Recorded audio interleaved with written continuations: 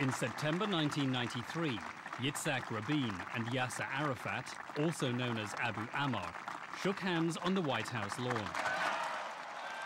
The negotiations leading here were secret and mediated by Norwegian politicians. The talks were conducted through shadow organizations to maintain secrecy and cover everyone's tracks. The Oslo trade union think tank, FAFO, did a study in the early 90s on the living conditions of Palestinians in occupied territories. But it was a cover for these secret negotiations between the PLO and Israel. As part of FAFO's Standards of Living survey that was undertaken in the Palestinian areas, I had authorized money for this project. These were the money that could also fund the talks in Oslo. Oslo would have not started if, for example, FAFO would have not invited us to go to Norway. I would presume that if FAFO would say, pay for yourself, Oslo would have not happened. I mean, this is, funny things, but that's life. All what we did when it came to stationaries, all the papers were all sort of on FAFO paper in order to leave no traces of any kind of official Norwegian involvement. Thorvald Stoltenberg decided to use the Norwegian Research Institute, FAFO. Terje Rød Larsen was the head of FAFO at the time, so he also asked me to ask Mr. Arafat to receive Terje Rød Larsen in Tunis. The parties didn't want to do it directly with the foreign ministry because they wanted to have what they phrased deniability. So in December 1992, I flew to Tunis and met Arafat. سألوا لأبو عمار أسئلة مو بس عن مستقبل القضية الفلسطينية، سألوا عن علاقاته مع القيادات العربية وغير العربية. كيف بتشوف الموقف الفلاني، كيف بتشوف موقف فلان من القضية الفلسطينية، كيف بتشوف موقف إيران من القضية الفلسطينية، كل بالتفاصيل. شو موقف الحركات الإسلامية في العالم، وبدأ اللقاء الساعة 9 مساء وانتهت 2:30 صباحا. أبو عمار ما بخل عليه ولا بجواب. In this house, 100 kilometers from Oslo near the Swedish border, 2 Israelis, 3 Palestinians and 4 Norwegians met 3 times in early 1993. These gatherings led to what later became known as the Oslo Accords. The Oslo negotiations actually started with 2 Israelis. One of them is me, the other is Dr. Yair Hirschfeld. We were 2 academicians with huge knowledge about the history of the conflict. We will always play as if we are representing Beilin and Peres. I had also my contacts within the Labour Party. I knew Yossi Beilin, I knew Shimon Peres. Shimon Peres was a friend of my parents, so I knew him very well. هم كانوا يحاولون أن يقدموا أنفسهم في البداية على أنهم هم أكاديميين لا علاقة لهم في القرار السياسي، لكن هم لهم صداقات في مؤسسة الحكم الإسرائيلية. كان الحديث أنه هذا الوفد هو وفد ممثل لمنظمة التحرير الفلسطيني. Abu Ala came with 2 people that the Norwegians didn't know and thought that they were his bodyguards. But they were, one is Hassan Asfour, who was from the office of Abu Mazen, and second is Maher El-Kurd, Dr. Maher El-Kurd, who was from the economic expert from the office of Abu Ammar, of Arafat. The whole negotiations language was in English. Yeah, and whenever the Palestinians felt that they need to say something which is more accurate in Arabic, they talked in Arabic and was translated to English by Maher El-Kurd, and we, both of us, we know a bit Arabic, so we could also assist. وفي 2 3 أبو مازن، أبو عمار وأنا هم الذين يعرفون عن هذه المفاوضات في تونس. In the Norwegian government, it must have been 3 or 4 people. The Prime Minister, myself, and the Defense Minister. But that was all. We had a meeting with Thorvald Stoltenberg in his office. He said, nobody present, none of you will be involved at all. Who were you? Well, we were 4 people from our ministry. I will not name the others, but I was one of them. And this was again a matter of deniability. The Norwegian team, which was based on mainly on the Deputy Minister of Foreign Affairs, Jan Egeland, his right hand, Mona Juul, the wife of Tari Larsen, and Tari Larsen. We started talking about very private things. Families, sons, how they grew up, their wives, their kids, and in order to have them to relate to each other as human beings, they had to live in the same house, have breakfast, lunch, dinner together, and not leave the premises for the time that they were there. بتوفير الأجواء، بتوفير المكان، بتوفير متطلبات يعني نجاح مفاوضات وتسهيل الدخول والخروج بشكل أولاً لائق وبشكل غير يعني بعيد عن كل وسائل الإعلام. فبالتالي النرويج لعبت هذا الدور حقيقة بعتقد بكفاءة. I briefed and cleared with my boss, Thorvald Stoltenberg, that we could do this. And I kept him updated throughout the talks, but he did not participate in any of the talks. When they went back, we were very active, both on the phone, in order then, because they obviously didn't speak to each other then, so we were sort of, the messages growing through to the two of them went sort of through us. And of course, we also then tested out sort of, I mean, certain things, either for the Palestinian to the Israelis and vice versa. Maybe do you think you could accept if we did like this or we do like this, and I mean, these kind of things. They were able to play, these very senior 3 people, the role of a soldier and of a general. Meaning, if we needed coffee, the Deputy Minister of Foreign Affairs would have come with coffee. If we needed an idea, he would come with an idea. If we needed that somebody would speak with Foreign Minister Christopher, State Department, so the same man who brought us coffee was also able to speak with Christopher, which is, from our point of view, was a classical environment, allowing us to dictate what should be their role. And it was perfect. It was the best. In his book, The New Middle East, Shimon Peres wrote, "The Norwegians were a gift from heaven." After the first round of talks, the Israelis began drafting what they called a declaration of principles. The second meeting, which took place some 3-4 weeks later, was, from my point of view, the most crucial meeting to make this meeting of 2 sides into a channel. And what happened then was that we came with a paper. This paper was discussed with Begin? Begin saw the paper and endorsed it.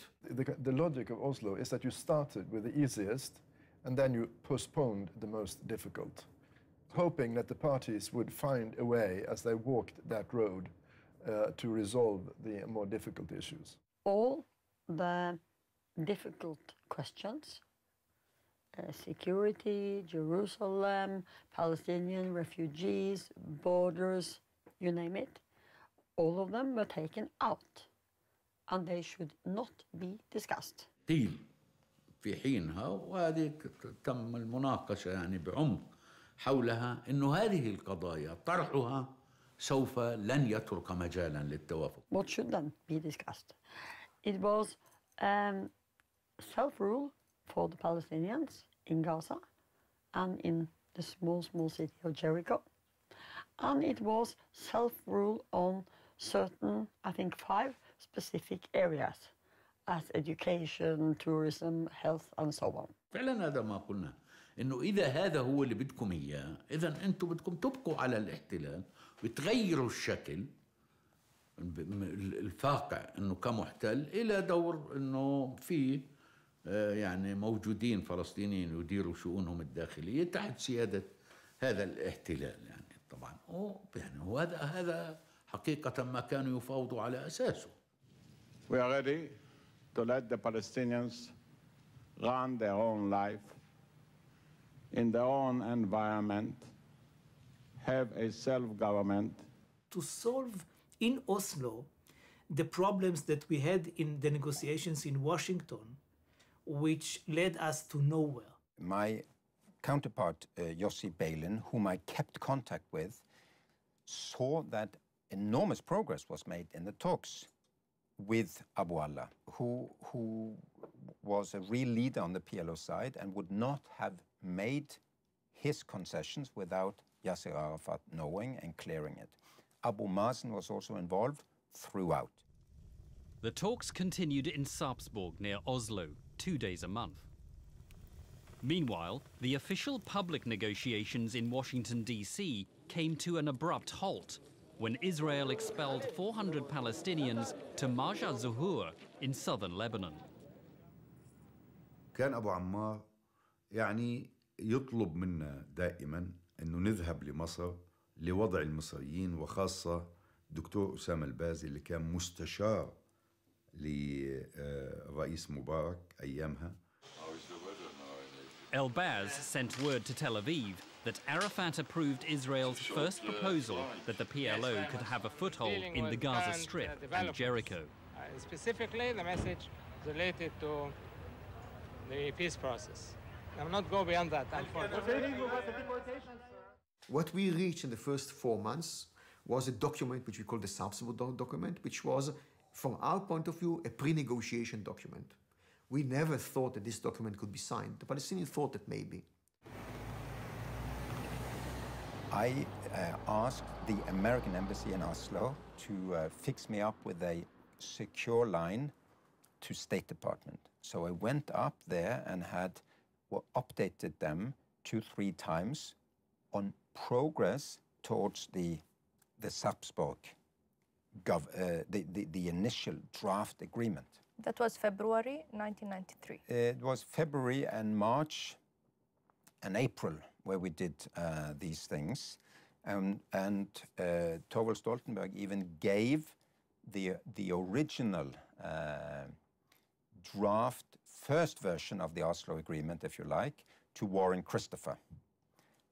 And he was very interested in this.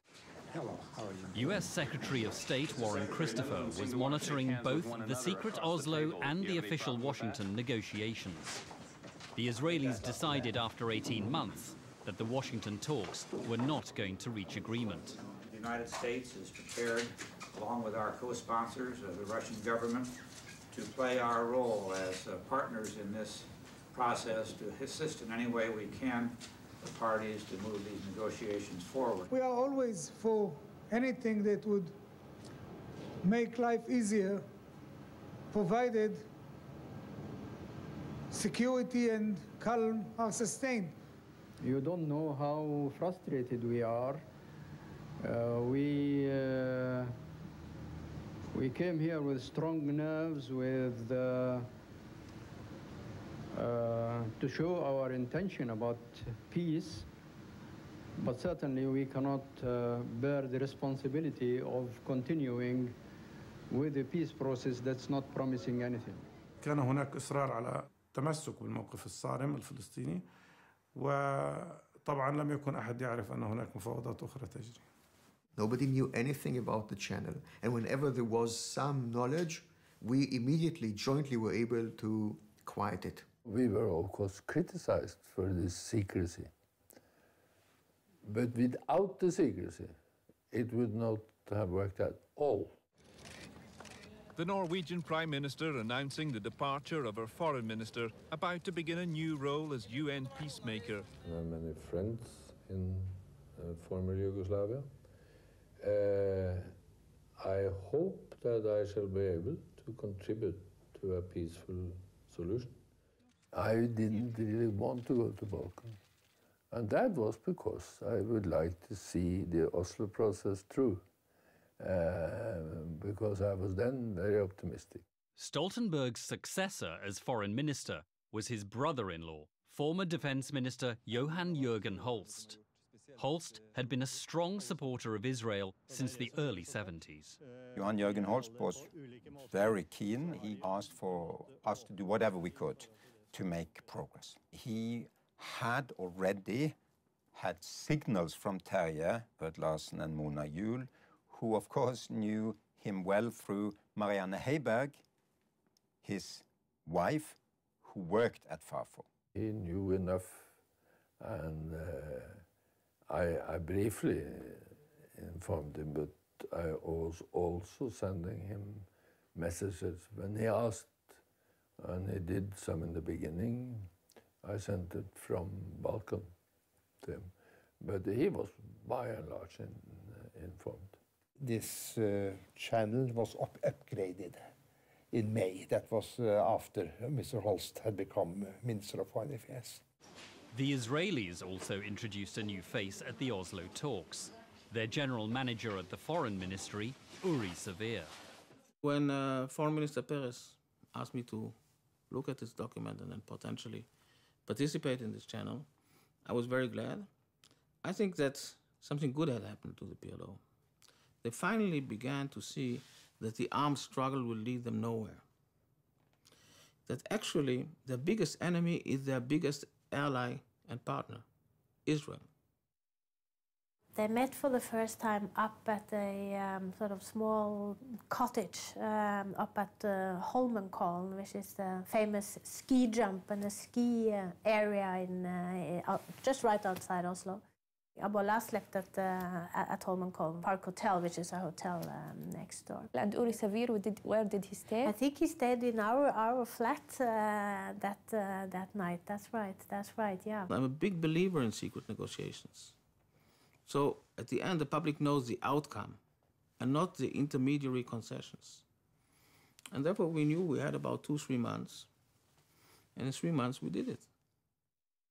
In this hotel near Oslo, Uri Savir used his first meeting with the Palestinians to stress 3 deal-breaking Israeli conditions. First, no negotiations over Jerusalem or the return of refugees. Second, no UN involvement or international arbitration. And third, that the public-facing Washington talks continue in parallel with the secret negotiations. The Palestinians accepted all 3.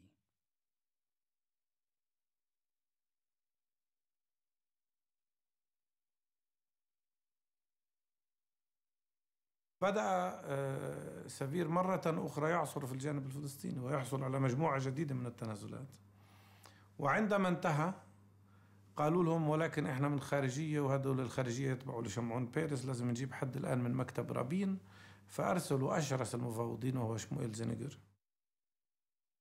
Joel Singer's contribution was to ask hundreds of questions on the other side to really understand what this would mean, how PLO would treat this, what would be them as a counterpart. They, I think, felt it was quite offensive in one way to be interrogated like that. من ضمنها أسئلة تشكل أفخاخ مثل هل توافقوا على بقاء المستوطنين في المناطق التي ستديرونها؟ وعندما حصل على جواب نعم يعني طار من الفرح لأنه هذا معناته قبول بوجود الاستيطان. وفي النهاية زينجر نفسه كتب قال أنا لم أفاجأ بحصولي على 100 جواب على 100 سؤال. ما فوجئت به أنني لم أتلقى مع 100 جواب ولا سؤال فلسطيني واحد. Lawyer Joel Singer acted as a legal advisor to the Israeli Ministry of Defense. Following his first meeting with the Palestinians, he headed to Vienna to meet Peres. When Peres came back from a dinner, and Joel wakes up, and he looks at him, and I say, Joel, he said, Foreign Minister, if we don't make an immediate deal with these people, we are complete idiots. 5 months later, in July 1993, in the resort of Halversbol, Singer presented the amended Declaration of Principles document, setting out the details of Palestinian autonomy. It clearly stated that autonomy wouldn't include the settlements, military zones, or Jerusalem, and that Israel would remain in charge of security and the protection of settlers. So what Joel Singer did, he deconstructed it, made it into a document with legal aspect. The Palestinians, one should understand, were shocked because suddenly all things that they were saying, but they were afraid to see them, were black and white. And it was a tough day for them. The Palestinian delegation saw the serious implications of Singer's document and so returned to Tunis to confer with the PLO leadership. Arafat wanted to enlarge the Jericho area into the Jordan River so he would have certain hold on his relationship with Jordan. That was quite an argument. Then certain authorities of the council, etc. And like in every negotiations comes the end game. And the end game was conducted by Holst going to Tunis. Tunis klokken 4 om morgenen fredag I forrige uke. فهو جاء إلى تونس لمقابلة الأخ أبو عمار، وأنا كنت في ذلك اللقاء ليطلع منه، وخرج ليقول عرفات أكثر حرصا ودعما للوصول إلى اتفاق حتى من أبو علاء ومن أبو مازن ومن الآخرين. يعني بالتالي هو جاد جدا وأكد ذلك للإسرائيليين. It was very, very useful then to have the opportunity to discuss these issues also directly with Arafat, and we were then sort of also able to communicate that to the Israelis. After these meetings with Arafat, Terje Larsen and Mona Juul went back to Jerusalem, to the whole Israeli team, and told the Israelis everything that Arafat had said and done. And even a letter written by Holst himself. Not even a letter and I think 11 pages with minutes from the meeting, giving the letter and the minutes word by word of Arafat's opinions, where he thought he can have something or lose something. All this was given to the Israelis. It was more sort of a judgment on where the Palestinians and Arafat in particular were on sort of the whole idea of reaching an agreement. Johan Jørgen Holst was very much a writing man. He always wrote things, and he wrote almost everything himself. I mean, working for him was very difficult than working with other ministers, because he every time when he went to meetings, and the first thing on the plane, he sat down and he wrote down his impressions, and so that was the way sort of he worked. So it was very much a personal letter. So this letter was handed to Mr. Peres at that time? Yeah. Extracts of these letters later appeared in personal memoirs, but no official record of their contents has ever been found in the Norwegian Foreign Ministry. In the secret negotiations between the Palestinians and Israel, Norway's role as mediator was key, but those involved were careful always to cover their tracks. In the new books of Shimon Peres, Foreign Minister of Israel, Yossi Beilin, Deputy Foreign Minister of Israel, Uri Savir, a Chief Negotiator of Israel, and so on, there were many paragraphs quoting from secret Norwegian documents, letters that they, for instance, had received from the Norwegian Foreign Minister.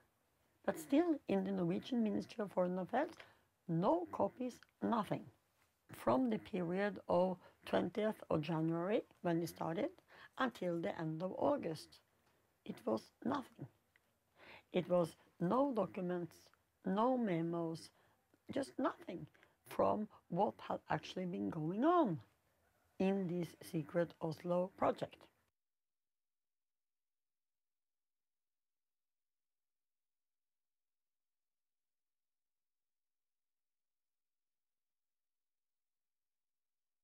We found out that Terje Larsen, he has admitted that he has many of these secret documents himself.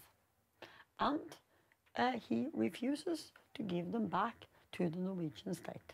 To do secret negotiations through a ministry is very difficult, because there has to be written reports, lots of people will have to know about it.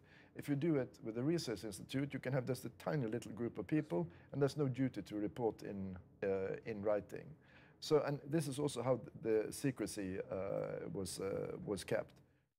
The secret Holst-Perez conversations led them to believe that the time had come to finalize a deal. Perez headed to Stockholm to resolve the outstanding points on the phone. At the castle in Sweden, we are opening actually a hotline. Who was there in the Perez castle? invites the Norwegian foreign minister and Tarjei Larsen and Mona Juul to be the go-between. They're sitting in the room together with Joel Zinger. Arafat and his team are in Tunis. في ليلة الاتفاق على أوسلو بعام 93 دعانا أبو عمار بالليل إنه فوراً بدي إياكم. أجاني شيء من أبو علاء ومن جماعة أوسلو. إحنا كنا وقتها متزعلين مع أبو عمار، أبو مازن وأنا، في زعل.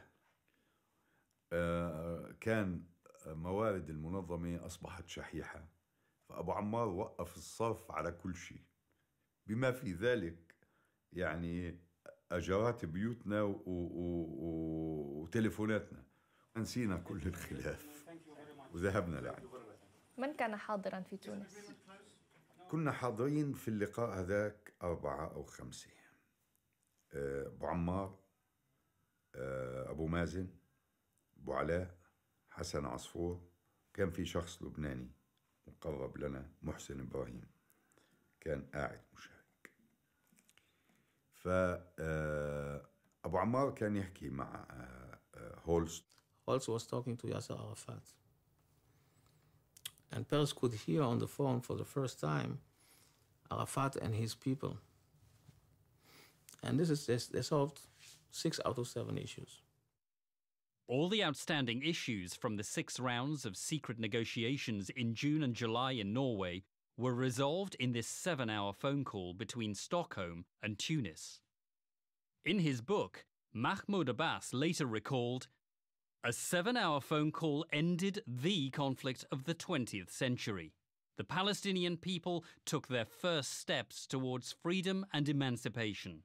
That call achieved what couldn't be done in 20 months of futile negotiations in Washington." فأوسلو لم يتضمن لا كلمة إنهاء الاحتلال، إنهاء الاستيطان، ولا كلمة دولة فلسطينية مستقلة. ترك الباب مفتوح، وكل هذا بحجة إنه يعني حتى يقدروا يمرروا هذا المشروع على قياداتهم بما في رابين تحديدا. طبعا كل غموض، حتى نكون يعني موضوعيين، كل غموض هو في صالح الطرف الأقوى دائما. الطرف الأضعف هو الذي يسعى دائما للوضوح. If you have a strong and a weak party, the strong party is the strongest. This is the reality of the world. And if then you have a strong party that is backed by the superpower of the world, the United States, it makes that strong party even stronger. In this government guest house in Oslo, and in absolute secrecy, the Declaration of Principles was initialed by both sides. The secret signing was filmed by Norwegian intelligence, and the footage later used in a documentary for public TV in Norway.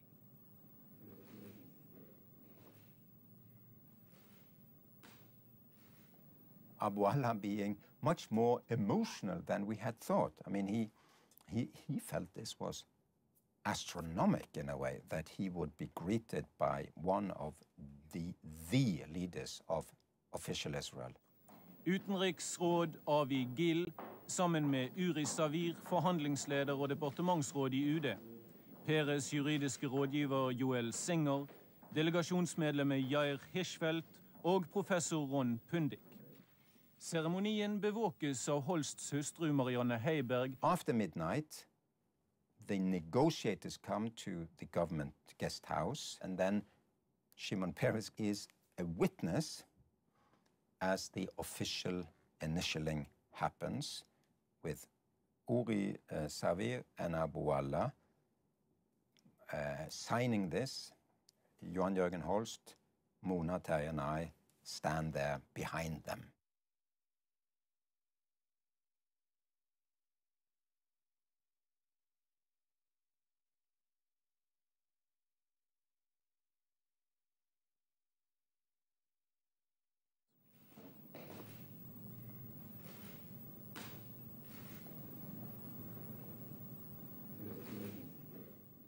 We had then our, what we call the secret police at the time, then doing sort of the filming or the video of it, and we had sort of prepared the little speeches. We feel proud that this happened in Norway, and we hope that now that you entered into a new period of cooperation, openness, of building down all barriers and building up new cooperative arrangements and structures, that you will remember that we are always there if you ever again will need our services. But the task is yours. On the first step of opening the doors of peace and on striving to achieve cooperation. Your people are lucky to have leaders like you. Mr. Perez, you're also lucky to have boys like this working with you. Shimon Peres and Mr. Holst and two of his staffers and Mona Jewel and myself, we flew secretly to a military base in August 1993 in Point Mugu in California. I mean, such a relief, because Warren Christopher sort of looked at it. Then he turned to Dennis Ross and he said, "Dennis, what do you think?" And then Dennis said, "I think this is great." And then I think sort of all of us sort of had a sigh of relief.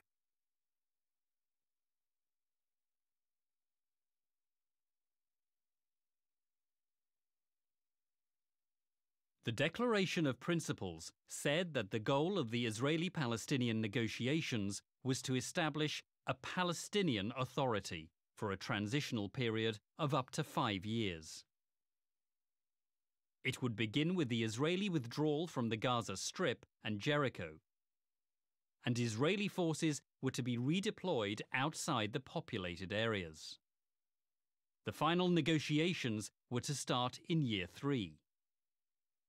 Israel was to continue to be responsible for external security, the safety of settlements, and the overall safety of the Israelis.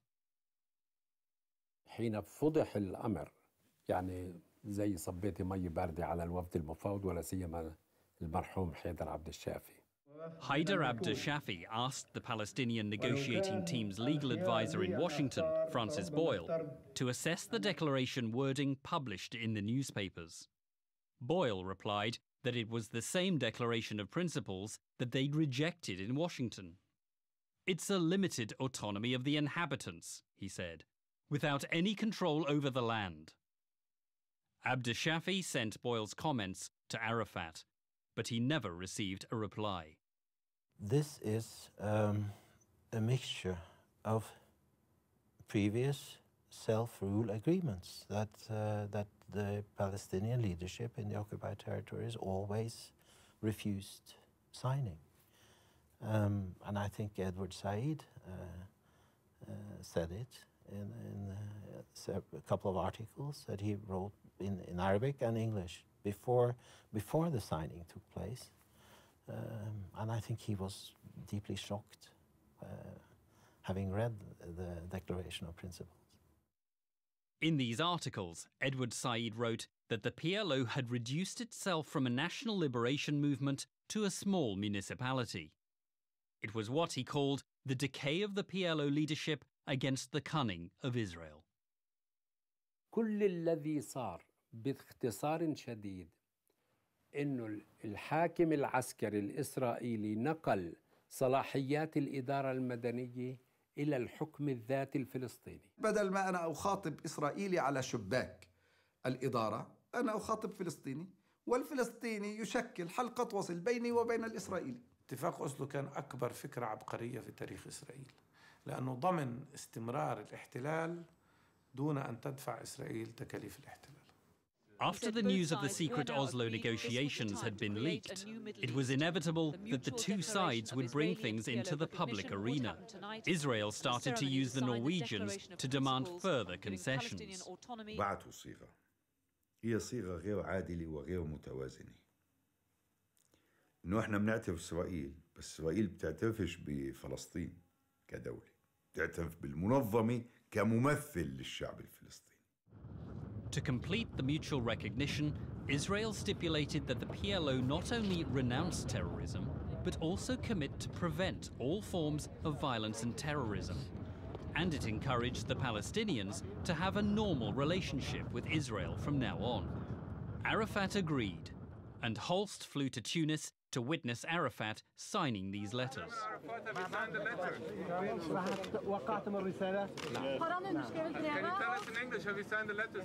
Yes, we had signed it. Yes. From my point of view, the exchange of letters are more important than the agreement itself, because the exchange of letters is doing the historical shift. The Norwegians celebrated with Peres and Sevilla in Israel. Rabin announced that based on the PLO's commitments, Israel now recognized the PLO and agreed to negotiate with them. Back in Tunis, the PLO established the Palestinian Authority, which would gradually become the umbrella organization for the Palestinians. Ladies and gentlemen, Mr. Arafat, Chairman of the Executive Council of the Palestine Liberation Organization, His Excellency Yitzhak Rabin, Prime Minister of Israel, the President of the United States.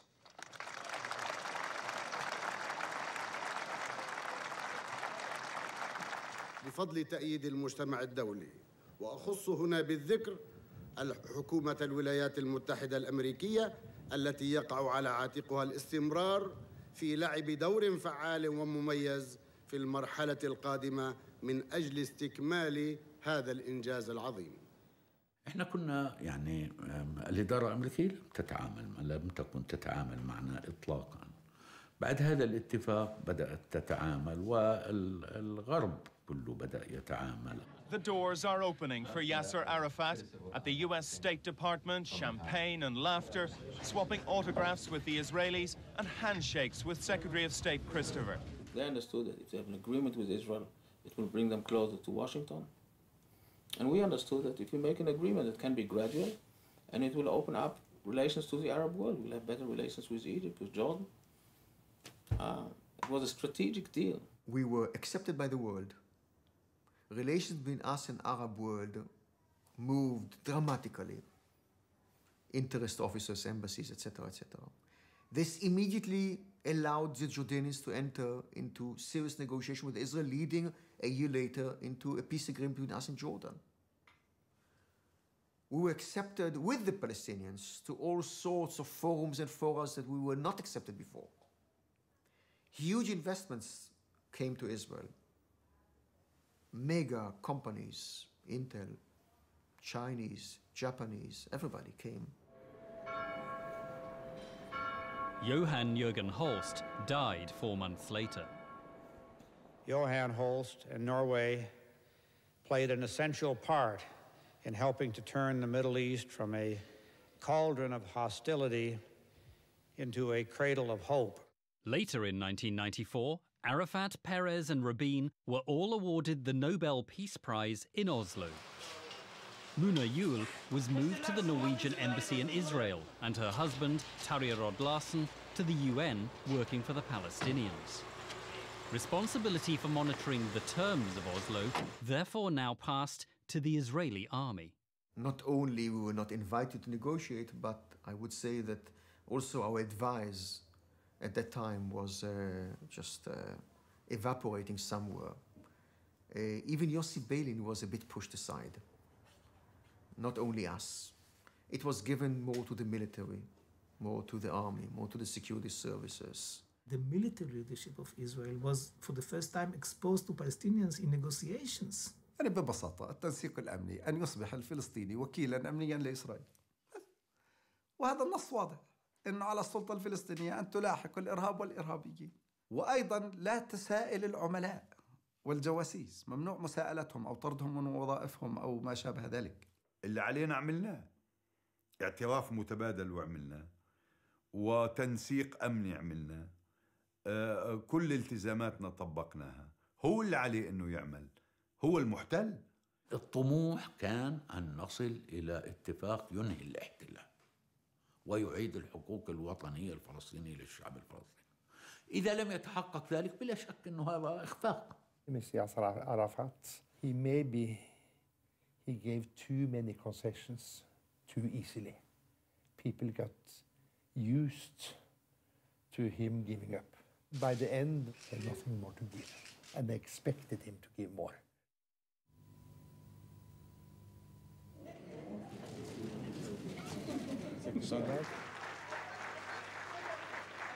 Thank you very much, and let's meet again in the next round of negotiation.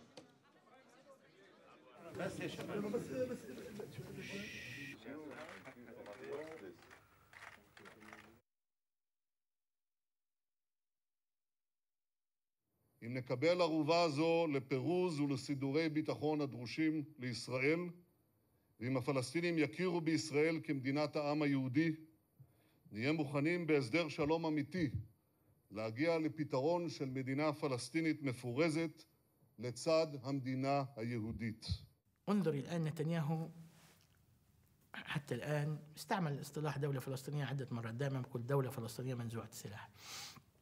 لم يقل ولا بأي مرة من المرات دولة فلسطينية مستقلة ذات سيادة، لأنه يعرف معنى ذلك، وهو لا يقصد ذلك إطلاقا. عندما يقول حل الدولتين ودولة منزوعة السلاح هو يقصد أنه سيتواجد في غور الأردن عسكريا، وبالتالي لا يوجد سيادة. Illegal Israeli settlement of the West Bank has continued since 1993. Palestinians believe that the Oslo Accords ultimately benefited Israel more than themselves, and that this expansion on the ground is part of the price they have paid for Oslo.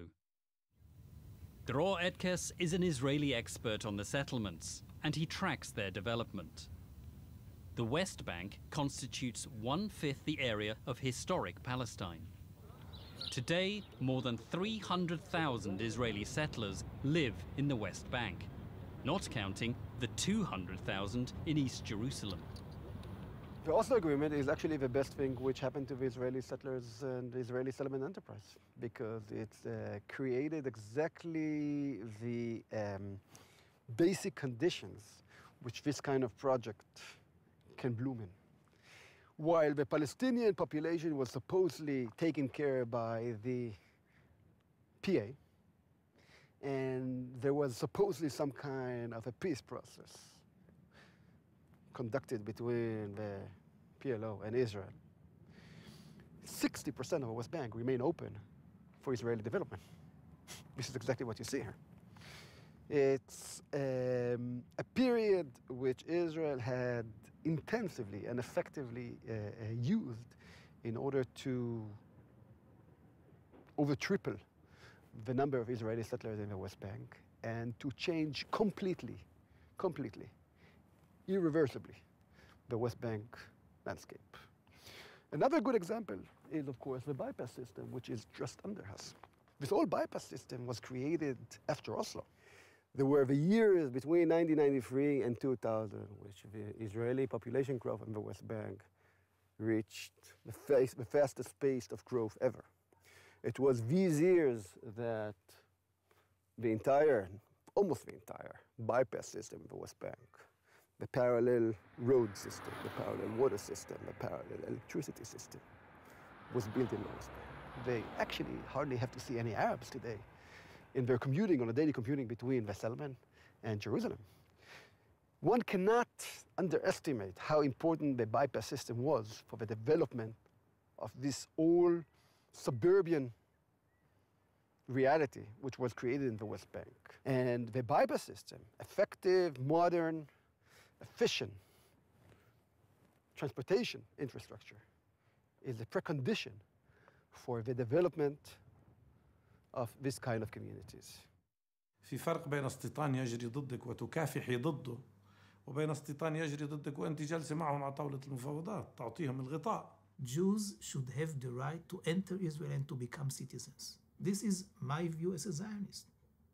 Now, if there is a majority of Palestinians under our rule, this is the end of this Zionist idea. إسرائيل واضح إنه بالنسبة إلها الضفة الغربية لن تتخلى عنها. واضح. كل اللي بهمها إنه هذا العدد السكاني حوالي 2,000,000 إنها تتخلص منه. كل الاستراتيجية الإسرائيلية تتمحور حول هاتين النقطتين: زيادة في الاستيطان واستثناء في العنصر السكاني. طبقا لمعايير القانون الدولي، أي شعب يقع تحت الاحتلال وتلزم سلطة الاحتلال بالتوقيع على أي اتفاقيات تمس حقوقه فهي اتفاقية باطلة بطلانا مطلقا طبقا لاتفاقيات جنيف. إسرائيل هي التي كسبت من أوسلو. أنا لا أوافق أبدا أنه اتفاق أوسلو فشل أو نجح، أنه فاشل أو ناجح. هو اتفاق أوسلو فاشل تماما بالنسبة لأهداف الفلسطينيين، ولكنه كان ناجحا تماما بالنسبة لأهداف الإسرائيليين. صحيح في فائدة واحدة جرت من أوسلو، وهي أنه رجوع أعداد من الفلسطينيين إلى الضفة الغربية حوالي 100,000. هذا إنجاز، ولكن خسائرنا أكبر من ذلك بكثير. خسرنا وحدتنا، خسرنا المشروع الوطني الجامع، خسرنا دور منظمة التحرير وحركة التحرر الوطني لصالح السلطة اللي كلها تحت الاحتلال، وخسرنا زمن، خسرنا 20 عام. The Oslo Accords were an achievement, and the role of Norway crucial. But they ultimately proved to be a stage in the peace process. And the search for a just and lasting peace in the Middle East still continues today.